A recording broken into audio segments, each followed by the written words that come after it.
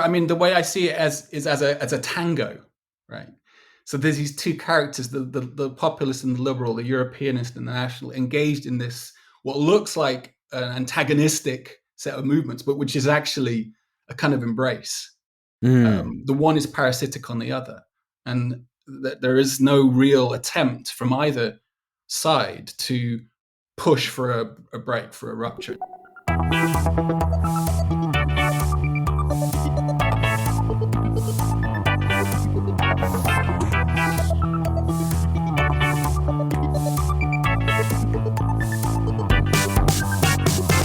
Milan ou Tripoli, Vilnius ou Benghazi, Paris, Moscou, on fait le bunga, bunga. Bangkok ou Bogota, Le Caire ou Jakarta, Gustavia, on fait le bunga, bunga.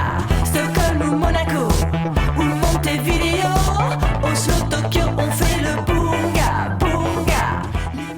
Hello everyone, welcome back to Bunga Cast, the global politics podcast at the end of history. Today we're talking about two of our favorite subjects, one of which is that self-same end of history, and indeed maybe the end of history. Just before I say any more and say hello to Phil. Well, I can say hello to Phil now. Let's get that messy business out of the way. Hello, Phil. It's not that messy. Hi, how are you?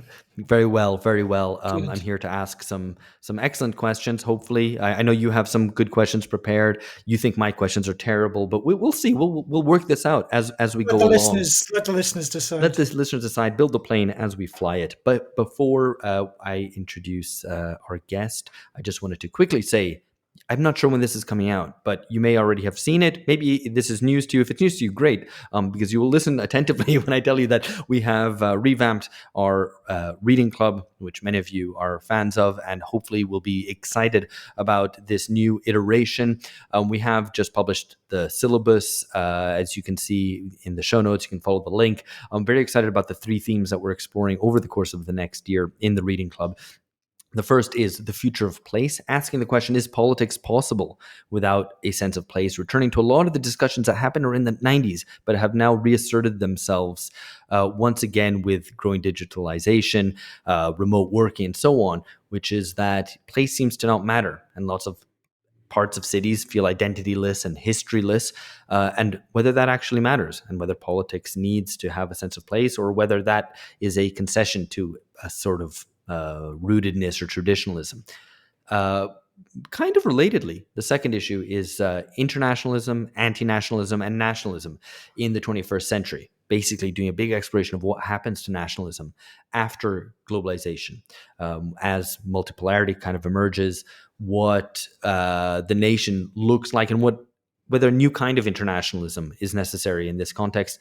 And then finally, class today, looking particularly at debates around the middle class, as the kind of class struggle between bourgeois and proletariat has attenuated and been overcome in the view of some. The role of the middle classes becomes increasingly prominent, perhaps. And so we want to explore that.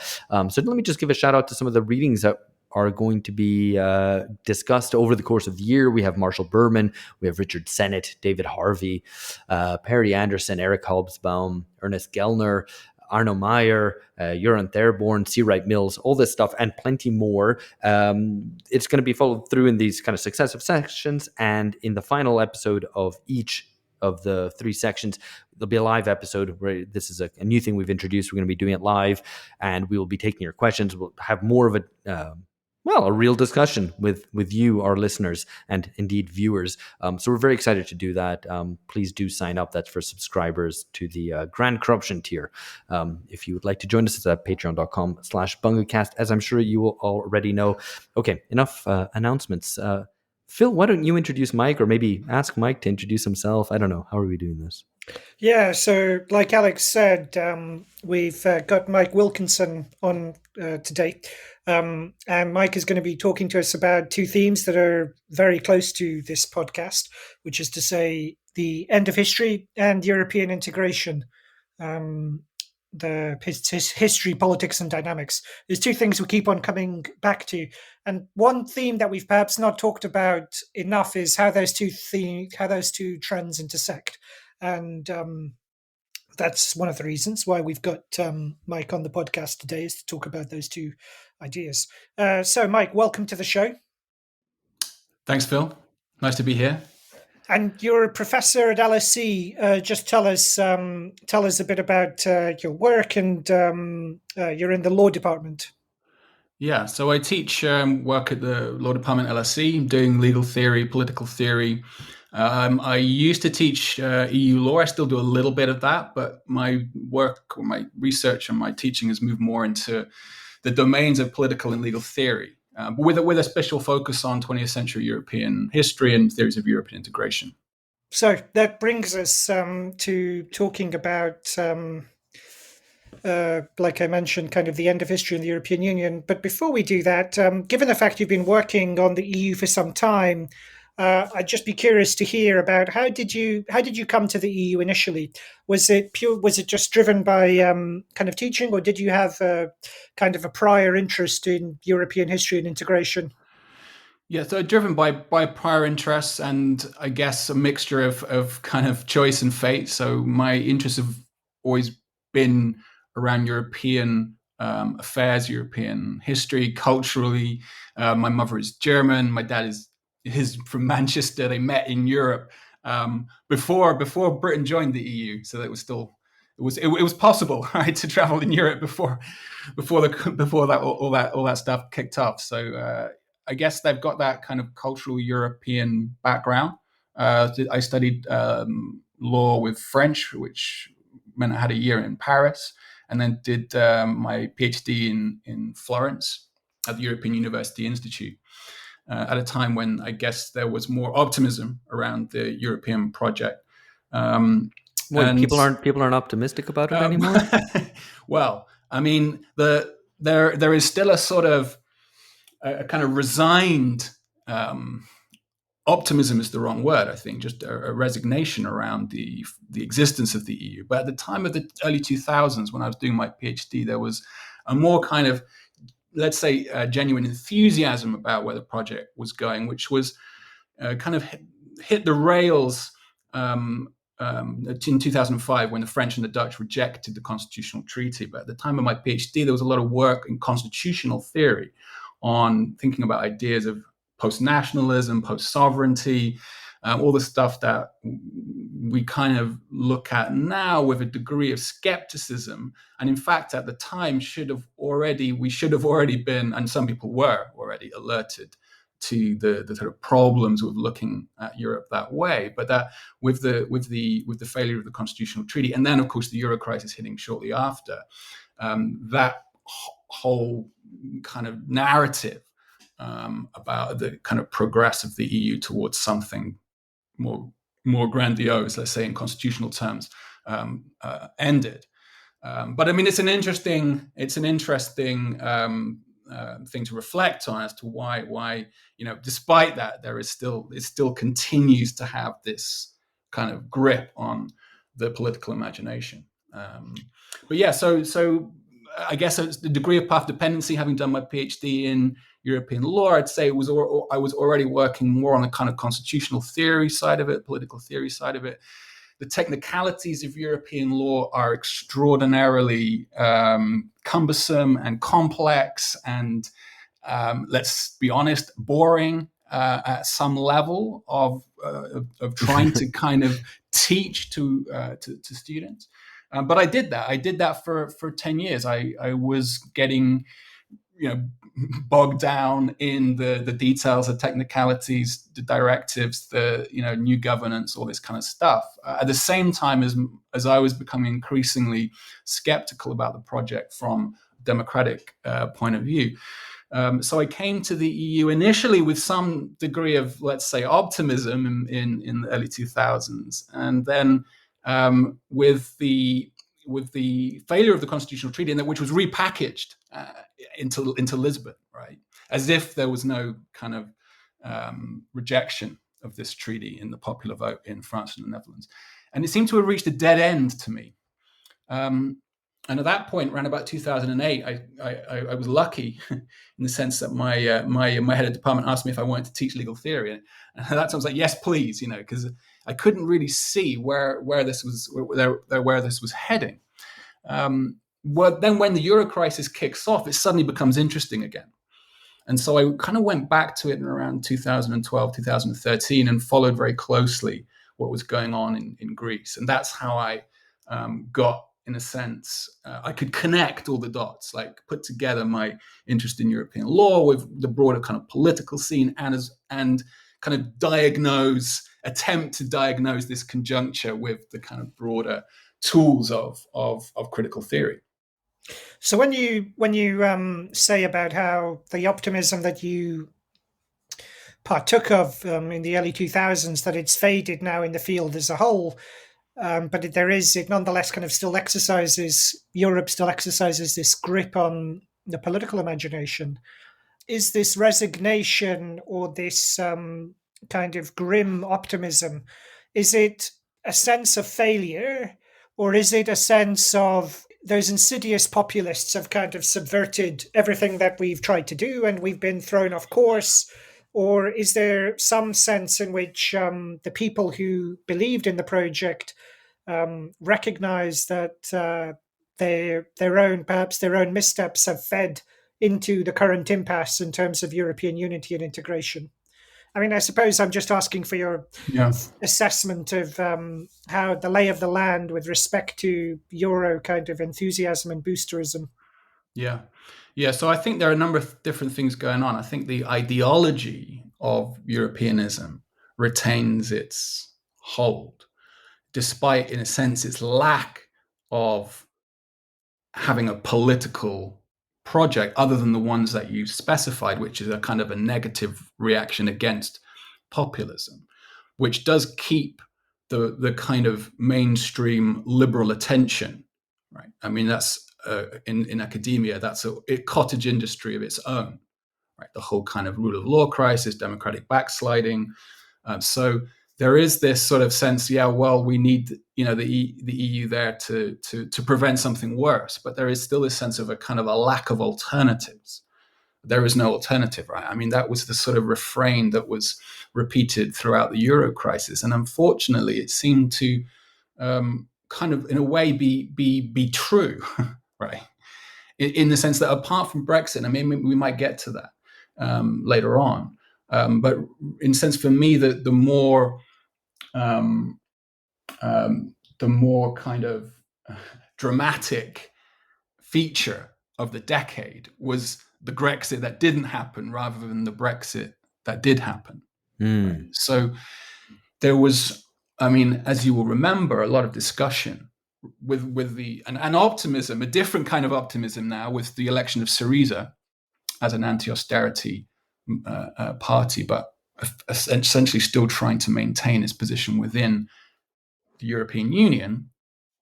That this sort of this attempted looking at Europe in a different way was a failure in so many respects. A failure at different levels, and we can analyze that within the kind of whole Greek situation. But this capitulation in the end after the Ochi vote, when the Greeks voted no to the conditionality, and was then effectively even a harsher set of conditions imposed upon them. It sort of like was the drawing of a curtain on that act of the play, if you like. But then Brexit opened it up in a manner of speaking. At the risk of maybe jumping ahead, but it seems to me, talking about the permanence of Europeanism as an ideology, the form in which opposition to the EU has appeared, or to Europeanism has appeared, is precisely what the Europeanists hoped to avoid, and it seems to therefore confirm them in their ideology. So it might not be optimistic, but it's like, well, we were right all along, because we need this to prevent a nationalism which is reactionary, anti-rationalist, mass-based, and resentful, and whatever, right? So it's kind of like the perfect enemy for them. It's like, aha, you see, this is why you need the kind of level of control at a kind of supranational level. You need to try to pull down national sentiment, try to defuse politics, etc., etc. All these things that the construction of Europe has involved. Yeah, that's right. I mean, the way I see it is as a tango, right? So there's these two characters, the populist and the liberal, the Europeanist and the national, engaged in this what looks like an antagonistic set of movements, but which is actually a kind of embrace. The one is parasitic on the other, and there is no real attempt from either side to push for a break, for a rupture. And this is particularly apparent with the new populists in power. I mean, whether that's Orban or the Kaczynski's in Poland or Meloni in Italy, there is no need to escape from that embrace, because in fact the whatever their programs are, and of course they can be watered down and so on, but they can be pursued from within the European Union. And likewise, the European Union may give this impression and occasionally act through the legal channels to try and push back, but then adopts the same kind of rhetoric, whether that's Ursula von der Leyen pursuing a portfolio for the European way of life, talking about a Christian Europe, talking about the kind of protection of Europe vis-a-vis the outside. So, for example, Hans Kunani writes in Euro Whiteness how Europe itself, what we just call the ideology of Europeanism, is not an antidote to nationalism, but quite the opposite. Is the reflex of, or even the formation of a regionalism writ large, which is really just a nationalism writ large, with all, in a sense, the vices of nationalism, in the sense of a sort of exclusionary trope, but without any of the redeeming features of the nation as it's built over the centuries of building democracy, democratic institutions, ways for popular voices to be heard, and so on. So in a sense, he has the worst of both worlds. Right. Mutually, each of them mutually reinforcing the other. Yeah, I mean, well, it seems, as a former buyer of what the Europeanists were selling, I mean, this is now decades ago, probably, but it was something which had an appeal. But I think it's like, if your world is Europe, then it seems to have a certain, if the universe that you're operating in stops at the boundaries of the Mediterranean and the Urals or whatever, you're like, oh, well, that the EU kind of makes sense. And when you look at it kind of globally, it's like, well, but that seems quite just a kind of European particularism and a defense of European interests at the expense of everyone else. Yeah, that's right. And in a sense, if there is any pushback against that, then the default is just to sort of dismiss it as just a nationalist particularism, instead of thinking about a way through, which would be something like a project of internationalism. So I wanted to, before we get talking a bit more in depth about specific kind of specific concepts that you deploy in your work, I wanted to ask about this idea of constitutionalism. So you've mentioned your interest in European constitutionalism, but what does it? What is constitutionalism as a field? What does it consider? Just to talk a bit about that before we get into talking about some of your more specific ideas or contributions within that field. Yeah, thanks. So, I would say my field is constitutional theory rather than constitutionalism, which, of course, the two overlap, but constitutionalism can be used as a word to kind of capture this ideology of believing in a constitution in a way, for example, which promotes a certain position on strong constitutional review of legislation.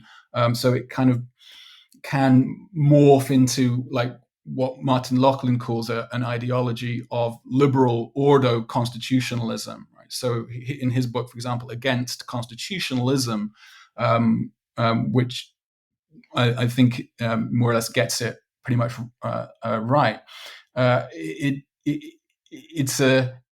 It's a way of thinking about the world which can, in that kind of ideological sense, be something that we need to avoid. So I would say I'm not really working in constitutionalism, but constitutional theory, of which the theorists might want to analyze constitutionalism as a particular way of thinking about constitutions, but that we can avoid. But that's, in a sense, that's just a preface to saying what to another question, which is why constitutional theory, right?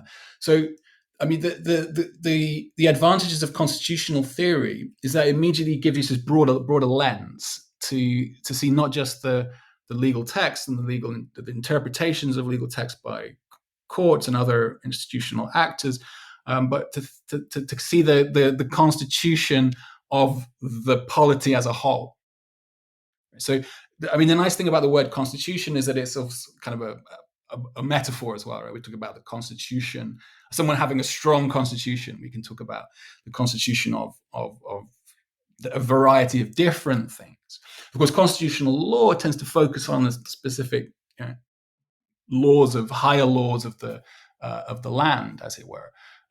But in the tradition of constitutional theory, there's two levels. So there's the constitution of the state, which means trying to understand how a state builds its authority, builds its structures of power, its political authority, its legal authority. And then there's the constitution of, in a sense, the government, which is the way in which the government is channeled, constrained, conditioned by law. So constitutional theory gives us this broader lens with which to think about the links between law and politics, more than you would simply have by focusing, let's say, either on a kind of constitutional law as you might study it in constitutional law of the US or constitutional law of Germany, and the legal theory, which becomes extremely abstract because it tends to focus on those questions of like what is law, whereas constitutional theory gives us this sort of medium of more concrete analysis of the relationship between law and politics. That's how I would say. That's why I say it was the advantage of using constitutional theory. Before talking, and perhaps without preempting too much subsequent discussion, but I'm fascinated by this. I mean, it's a recurring thing, but the way in which you have political ideologies formed around constitutions specifically. Yeah. And in the US, obviously, there's kind of constitutionalist ideology to the extent of even, you'd say, a kind of semi-mystical kind of fetishism with certain very kind of conservative originalist interpretations and whatnot. And you have this deep back and forth, and so much kind of US political debate revolves around the Constitution. But those debates and the supporters of that constitutionalism are very different from constitutionalism that you have in the context of the EU. And here, I mean, the kind of the standout figure, public figure at least, is or public theorist is Habermas, of course, and the efforts that he's kind of put into trying to devise a constitution or advocating a constitutional patriotism for the continent as a whole. So I was wondering if you could say a bit more about the dynamics of that constitutionalist ideology, because it strikes me that it has it's quite odd in a way that you have people who become so attached to texts, in a kind of modern setting, texts that are very visibly artifacts rather than kind of divine or supernatural claims or revealed knowledge or something like that, and that you nonetheless have tremendous kind of political passions raised around them. So I was wondering if you had any more insight on those questions. Yeah, great question, Phil. So the US is, I think, in some ways not a particularly helpful comparator here, because as you pointed out, the Constitution in the US, the written Constitution, plays such a foundational role at such a relatively early stage in its history, and of course is still playing that role. Debates between originalists and living constitutionalists still pivot around that question of how to divine the true meaning of this text. Whereas in Europe, that sort of constitutional fetishism only really emerges after the Second World War. And there's quite an interesting dynamic here. Which is the kind of mutual influence of German constitutional lawyers and American constitutional lawyers in the post-Second World War period. Franz Neumann. When Germany is occupied, importantly. Right. Yes, exactly. So the kind of the Bonn Constitution is really a constitution that is not the product of a revolutionary constituent power in the way we think about that term coming from the French Revolution, but is an imposed constitution. Is one which has a strong constitutional court, has those kind of counter-majoritarian features that were not a staple of 19th or early 20th century Europe. So Franz Neumann talks about the new constitution in 1950 in Germany as likely to lead to this constitutional fetishism, which he's already warning against because it has these depoliticizing effects.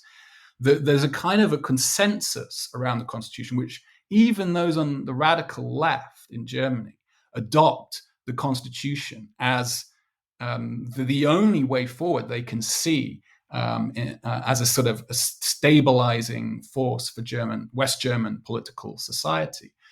So you mentioned Habermas, but Wolfgang Abendroth, who was one of Habermas's teachers, a more radical figure because of his connections with the interwar left in Weimar, he adopts this sort of rhetoric of the constitution as being something that the left has to galvanize around, despite the fact that the constitutional court in Germany is turning it into a fairly rigid liberal instrument of rule, which has a big impact later on European integration, because this view of law as being the kind of cement, or the constitution, as you refer to constitutional patriotism, this notion that there has to be some kind of consensus around the constitutional text or the constitutional essentials, comes to feature prominently in the way that the European Court of Justice then develops its own idea of the treaties, which is all they are, as forming this constitutional settlement. And then in the 80s, the European Court of Justice starts to refer to the treaties as the constitutional charter of the European Union. So I think, yes, there is this sort of link back with America, with the notion of the Constitution as, in a sense, creating the nation. But that would have been anathema in 19th century Europe, because the constitution of the state, whether we're talking about the German tradition or the French tradition, which coming from the French Revolution or Hegel, insists on there being something prior to that mere kind of positive law. But there has to be some, national, whether we think about that in terms of a republicanism or a national community or a kind of political order. And this is why Lauchlin's work is really important, because he takes that whole tradition of Staatslehre and gives it, basically translates it into English for us. So, I find that really interesting, and I wasn't really familiar with that transformation from the 19th through to the 20th century, that everyone kind of goes, we need to exist in this box of the Constitution, and politics needs to happen inside this box. And therefore, there's something prior to politics, which is the kind of the constitutional thing. And it, note about the way that, law has been disconnected from politics, particularly in the contemporary European Union. And hearing you describe that process from, kind of long historical process, that it seems like it's an inversion of law and politics that happens, that kind of law is seen to be primary, at least in the constitutional form, and that politics then happens within it. And that what used to obtain before that was kind of the opposite, right? That I don't know how, if there's a way of maybe characterizing how different the 19th century conception was. Of course, these are pre-democratic. So there is no real non-constitutional but democratic sort of order. Right. So that's really interesting, because of course it's exactly in this moment of universal suffrage in Germany with the Weimar Constitution that you do get a moment of a democratic movement plus mass parties representing the working class, and not yet a rigid constitution. So the Weimar Constitution is very open. It tries to do, it's kind of a compromise between left and right. It tries to kind of do everything, and of course we could have a whole discussion about the failures of Weimar, but it didn't insist on this strong position of the courts. In fact, the conservative jurists in early Weimar tried to use the courts to prevent Parliament from legislating, particularly in response to the hyperinflation. So it was always a sense that conservative jurists were more in favor of having a strong judicial review. Of course, after the war, that notion of courts then becomes adopted by the left. I mean, this is there is here a parallel with the US, because of course it's in Brown v. Board when the progressives suddenly jump on this bandwagon of using judicial review, using the Supreme Court to try and pursue progressive agenda. So there is an interesting, perhaps, synergy there between what's going on in Europe and in the US. Interesting. But actually, the jurists are quite explicit in the 1950s. Lawyers are quite explicit, and it kind of does happen to some extent behind the scenes. But there are groups of lawyers in Italy, for example, and in Europe wide, who are actively pursuing this project of a European legal order.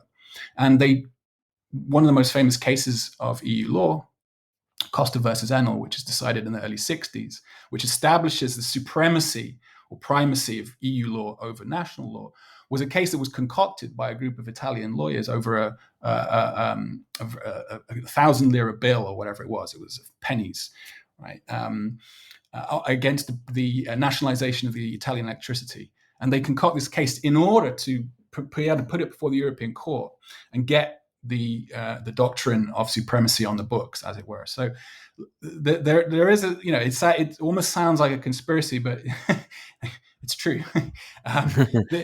These various groups of lawyers were working together in tandem, and of course it was connected to some extent with the transnational networks of Christian democracy, which were very powerful in Italy and Germany.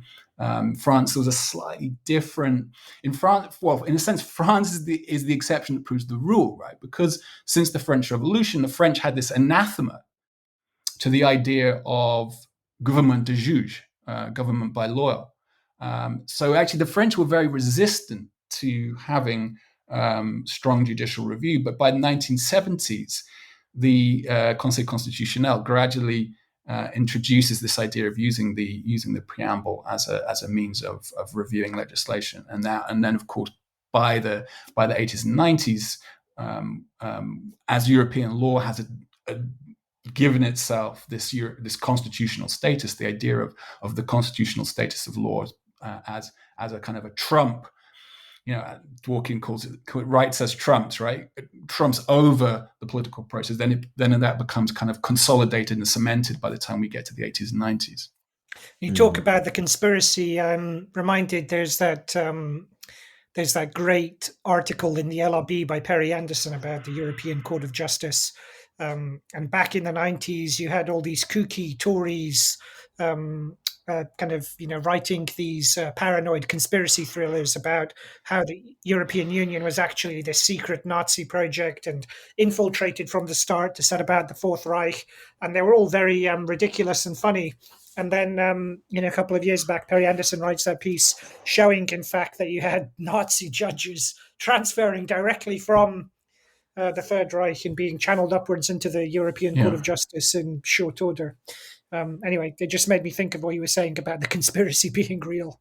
Yeah. I mean, denazification was largely a myth in many respects. I mean, both in terms of the kind of domestic rehabilitation and in terms of the way that many of these characters found that they could exercise power at the transnational level.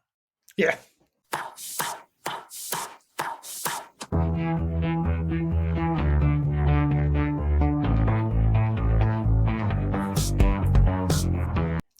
So that takes us to the work that you've done directly on this, and two concepts in particular I wondered if you could explain out a little more for us. So the first is authoritarian liberalism, which is you wrote a book on it in regards to modern European history, and also this idea of the material constitution. So can you just briefly talk us through what's involved in these two ideas? Yeah, I might reverse the order and start with the material constitution, because it's the kind of the methodology that I apply to working through these issues. So the material constitution, perhaps I think, can be best illustrated by an example. Right? So when Emmanuel Sieyès, the Abbé de Sieyès, writes the pamphlet, the French Revolutionary pamphlet, "What is the Third Estate?" There is this sort of twofold thing going on. One is the fact that the Third Estate, the emerging bourgeoisie, doesn't have the political representation that it wants in the period of the French Revolution. But the second thing is that, according to Sieyès, it's the productive class. Right? Sieyès goes through the list of what the Third Estate does. It administers it. It performs the functions of a commercial class. It can constitute the nation in its entirety. Right. So you have this dynamic of political representation, which is to some extent an autonomous claim. Politics kind of has its own logic, but the material constitution I use as a way of looking at the material conditions for those political claims. So in the material constitution, the piece I wrote with Marco Goldoni, we work through a series of layers of the material constitution. So you have the constitutional text, which might proclaim liberty, equality, fraternity, whatever. But then that, for those kind of principles to be applied or not applied, as the case may be, we have to look at the layers below, which means we have to look at how political unity is established, how institutions, legal institutions, political institutions enforce or don't enforce the constitutional law. Those in turn rely on a social movement, whether that's just in terms of a kind of capital versus labor in a kind of simplified version, or a variety of informal kind of parties and trade unions and so on. And the fourth element we give to this is the idea of political objectives. This is a kind of ideology around which a particular constitution might coalesce. So the material constitution is really just a sort of a methodology for exploring, examining constitutional problems. The authoritarian liberalism is a more concrete application of that analysis to particular events. So the material constitution could be used, for example, to analyze the Brazilian constitution or the Chinese constitution, or we have in our handbook we have a series of chapters from around the world. Right?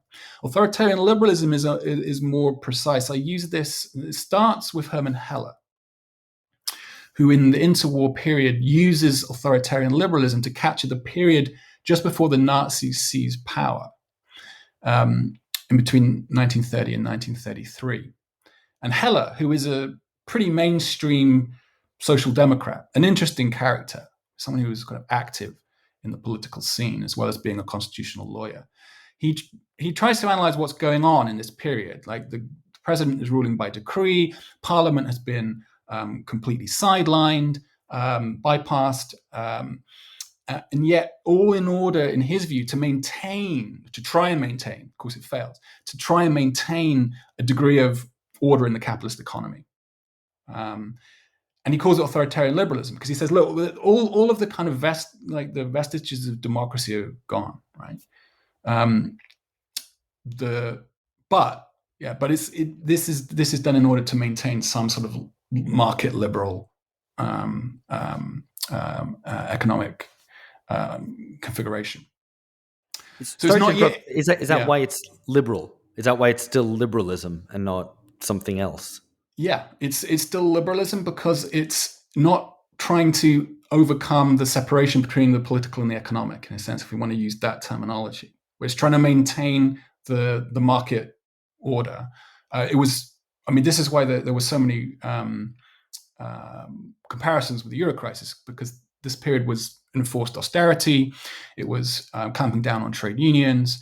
It was bypassing the parliamentary discussions, and the Social Democrats had this official policy of toleration towards authoritarian liberalism, because they feared that if there were elections, then because the Nazi Party was getting increased votes, but so was the Communist Party actually in just before the 1933 election. So it's not yet fascism. It's important to make that distinction. It's not a totalitarian movement. It's a way of governing which suppresses even standard representative democracy. And of course, there's violence on the streets. I mean, it's a pretty harsh form of this sort of attempt to maintain order.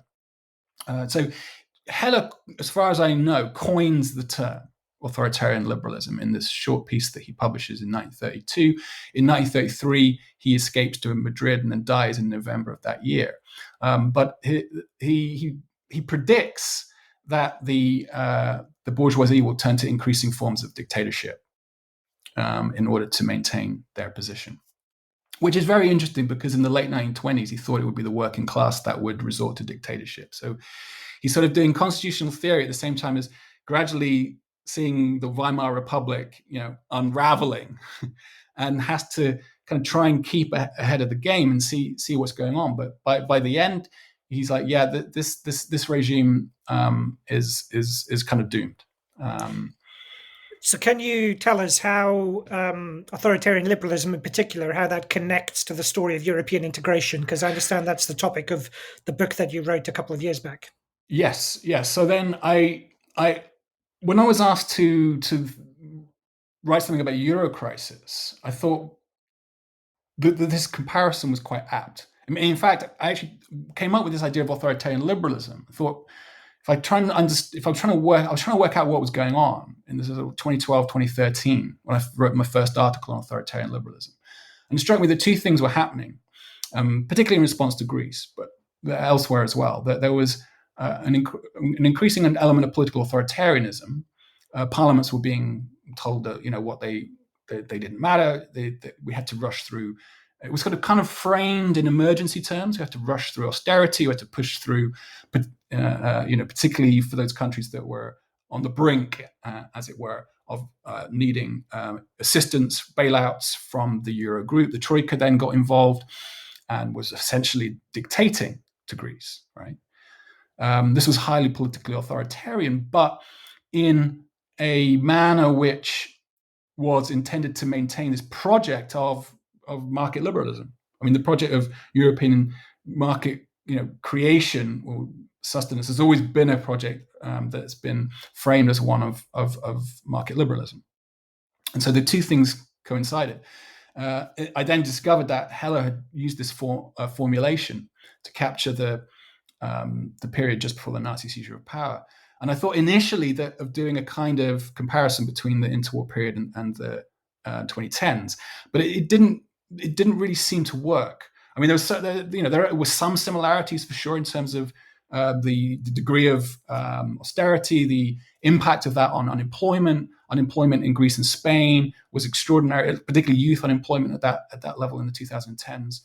There were a lot of comparisons by mainstream economists, right, of the interwar period, but it didn't really satisfy me because there was a lot of different dynamics as well, particularly the status of Germany, the impact of the European Union, of course, which didn't exist in the interwar period. So then I wasn't satisfied with doing a kind of, well, there's some similarities and there's some differences. I wanted to see what was the impact in the post-war era of European integration. And it struck me that what was restored or attempted to be restored after the Second World War was a form of authoritarian liberalism, but in a much more passive fashion. So I described the period in between the 1950s and the Maastricht Treaty as this sort of slow progression of a passive authoritarian liberalism. And what I mean by that is that this was not a system that was enforced upon the masses, as it were. It was a system which demobilized the masses quite deliberately, pursuing projects. Even the mainstream theories of European integration call it based on a permissive consensus, right? That's the story that is told, right? The European Union in the early decades grows through this permissive consensus. It's not an active consensus, but it captures more generally this depoliticization. We've talked about the strategies of depoliticization already, including the importance of courts, kind of law trumping over politics, the ideology of Europeanism. There's also a de-radicalization on the left, and this is, I think, is important to note. So in telling the story, I wanted to look at what was going on the left as well. You had Eurocommunism, which had kind of gave up any revolutionary ambitions after the Second World War. The Italian Communist Party kind of becomes a kind of a cultural artifact and doesn't really have a political project by the 70s and 80s. It unites around Europe as the only route to socialism. So there's all of these factors which I call passive authoritarian liberalism, because they're not directly coerced, as it were. And Europe is sort of built in this permissive manner, but in a way which consolidates and locks in a certain set of liberal economic choices. And then, of course, we get, that accumulates, as it were, gets progressively more constraining. Constrained democracy is the term that Jan Werner Müller uses, right? This is constrained democracy. He does a good job explaining it, but he kind of wants to justify it. But I want to contest it. I want to say, well, is constrained democracy really democracy? Not in the way, I don't think it is, in the way that it was pursued. It wasn't a democratic project. And I think this is the case domestically. So, fundamentally, the project of authoritarian liberalism is a domestic project reinforced through European integration. And here, Chris Bickerton's work was really useful because he presents it exactly in that way. That the point is not that the EU is some alien being that's imposed from outside. It's actually the way in which the domestic ruling class governs over its own people.